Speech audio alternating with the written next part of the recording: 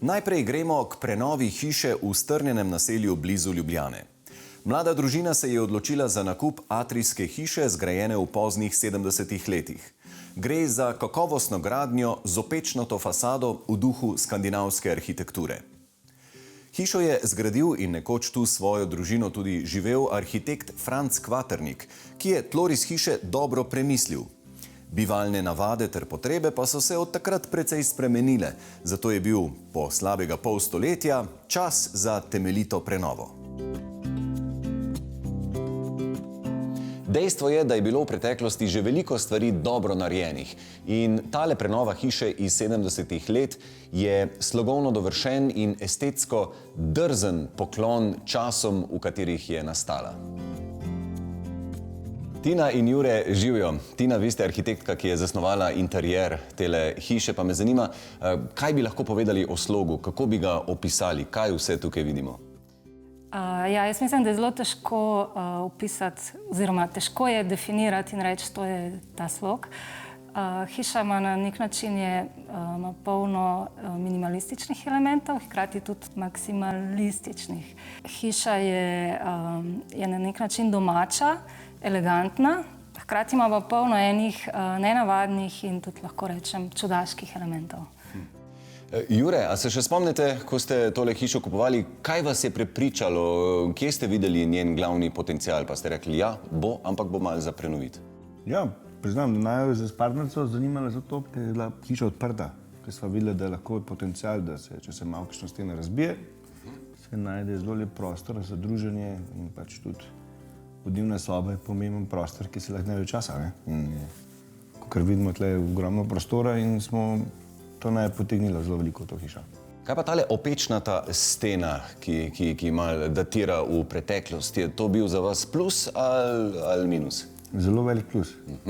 Ker v bistvu hiša ima svoj čar, ali pa svojo dušo in je pač nekaj drugače, kot vse normalne hiše z normalno fasado.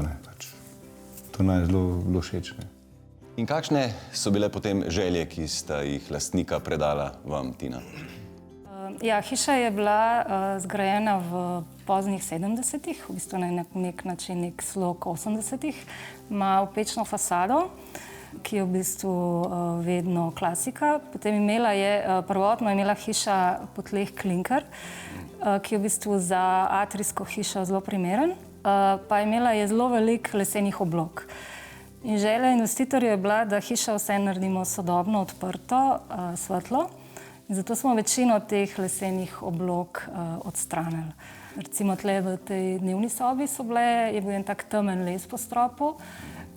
Ohranili smo pa to vidno konstrukcijo leseno, ki smo jo speskali. In ko speskali smo tudi ta zid.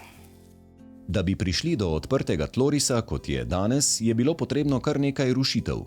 Niso padle samo stene, ampak je bil odstranjen tudi celoten tlak, na novo je bilo urejeno talno ogrevanje. V stene so skrili cevi za radiatorje, če bi se kdaj odločili za radiatorsko ogrevanje. Hiša je dobila tudi novo hidroizolacijo temeljev in kletnih zidov. V osrednjem dnevnem prostoru je bil odstranjen okenski parapet in tako so lahko v prostor s panoramskimi okni spustili več svetlobe. Menda je bila želja tudi po okroglinah, da je bilo tudi eno vodilo glede sloga. Ja, to si je pa naročnica želela. Želela si je mehke linije, okrogline. In to sem v bistvu upoštevala. Vendar se mi je zdelo, da tega ne sme biti preveč, tako da sem to uravnovesila z nekimi močnimi elementi, kobusni, bolj strogimi. Zdi se mi, da v tem osrednjem dnevnem prostoru človek ne more mimo kamna, v katerega je oblečen kamin. Za kakšen kamen gre? Pri kaminih se mi zdi zelo pomembno, da v bistvu ga oblečemo v kamen. Kamen je en tak robusten material, ki dobi s časoma patino. In v bistvu je tudi obdelava tega kamna je nekako mat, satiniran, utipje, tako da je zelo lep. Ja, to je zelo pomembno, da je tudi ta kamen iz enega kosa, ker kamni so iz velikih plošč rezani in ta kamen v bistvu je vedno razlika. Nikoli ni ista plošča, ni 10 plošč, tako da tle sva imela kar veliko srečo, da sva najdla en tak lep vzorec, ki nam je bil všeč. Tina, kateri so prevladujoči materiali v tej hiši? Jaz mi lahko rečem, da ni enega prevladujočega materiala, da je v bistvu res kolaž različnih. Zanimiva je obloga stopnic, kjer sem uporabljala tekstilni tlak. Zaradi tega tekstilnega tlaka so stopnice zelo mehke, v bistvu prijetne za hoditi. Sem pa ta tekstilni tlak dala še na steno, kar se je pol izkazalo, da je v bistvu res, kar sem že predvidevala, da bo zelo dober za akustiko, ker je to en tako ozek hodnik in ta tekstil vpije zvok. Kar veliko je drznih rešitev v tem stanovanju. Ste imeli, Jure, kdaj kakšen pomislek, preden ste požegnali odločitve? Priznam, da ja, ampak nažalost je partnerica boljša kot jaz v tem.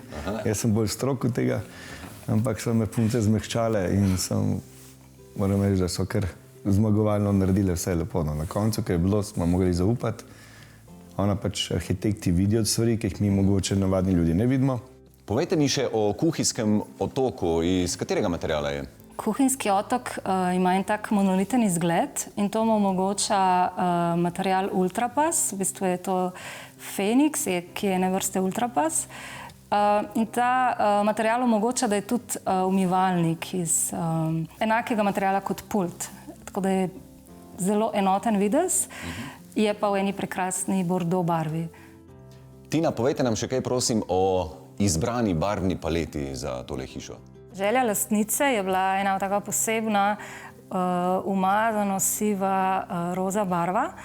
Jaz želje ponavadi upoštevam lastnikov, sem pa pol to barvo uravnotežila še z drugimi odtenki oziroma z drugo barvo.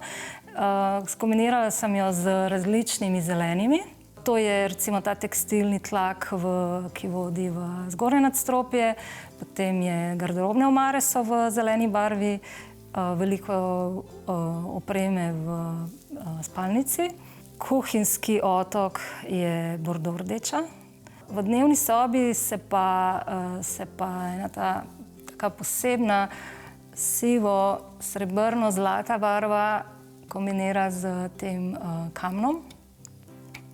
In je tudi ozadje za televizijo iz enake barve. Ob vhodu je dnevno stranišče z barvito tapeto. Nasproti kuhinje je stena prekrita z okroglimi ogledali. V zelen tekstilni tlak oblečeno stopnišče vodi v zgornje nadstropje, kjer je družabni prostor, ki ga večinoma uporabljajo otroci. Otroški sobi in kopalnica so umeščene v svoje krilo. Do njih se dostopa po dolgem hodniku, v katerem so po vsej dolžini nameščene shranjevalne omare, te pa so replika stare omare, ki je bila najdena v hiši. Na drugi strani hiše je krilo za starše z romantično spalnico, kopalnico in z veliko garderobno sobo s povišanim stropom. No in zdaj pojdimo prosim še v to kraljevsko spalnico, master bedroom, pravi spa za odrasla, ki se mi zdi zares poseben prostor z veliko drznosti. Spalnico smo odprli. Ja, tako je. Karkoli, kot se je najbolj dal, torej smo strop odprli, ker se mi zdi, da je ta višina zelo pomembna, zato da je spalnica zračna. Zaradi tega je pa nastalo zelo veliko enih vogalov, kotov, zato se mi je zdelo, da je to dobro uravnovesiti oziroma narediti močnejše ene elemente, ki bojo močnejši, kot je ta zmeda v tistem prostoru. Zato sem dala res eno veliko posteljno naslonjalo za veliko vodno posteljo. To naslonjalo je spet tapecirano v tekstil, kar je spet fajn za akustiko prostora. In tale kopalniški del, kjer ste si privoščili, se mi zdi res veliko ekskluzivnosti z materiali in z oblikami. Začnimo kar pri kadi. Ja, kad je iz posebnega prozornega materijala. Ja, kopalniški del v spalnici je kot ena taka izdolbena niša. Noter je tuš, ki je malo skrit. Je pa ta kopalniški del stopnico ločen od spalnice, kar se mi zdi zelo pomembno, da v bistvu ni na istem nivoju, da je to vseeno drug del. In spet so ta ogledala mehkih linij, zaobljena. Tukaj na sprednjem delu je v bistvu en tak make-up kotiček, to je za naročnico. To sem se jaz predstavljala, da je pomemben del v spalnici. In za vsemi temi ogledali so pa tudi police, v bistvu shranjevalne omarice, ki jih v kopalnici res potrebujemo. Jure, kdo se mi je pa zdaj tlele pridružil? Ja, to pa je naš 5. član, naša Umika. A je bila ona tudi kaj naročnica? Ona je bila kar velika naročnica, ona je tudi nadzorka skrbela, tako da je kar, moram reči, da je bila kar, so se vsi bali, zato imamo zahvale, da je vse tako lepo narejeno, ne.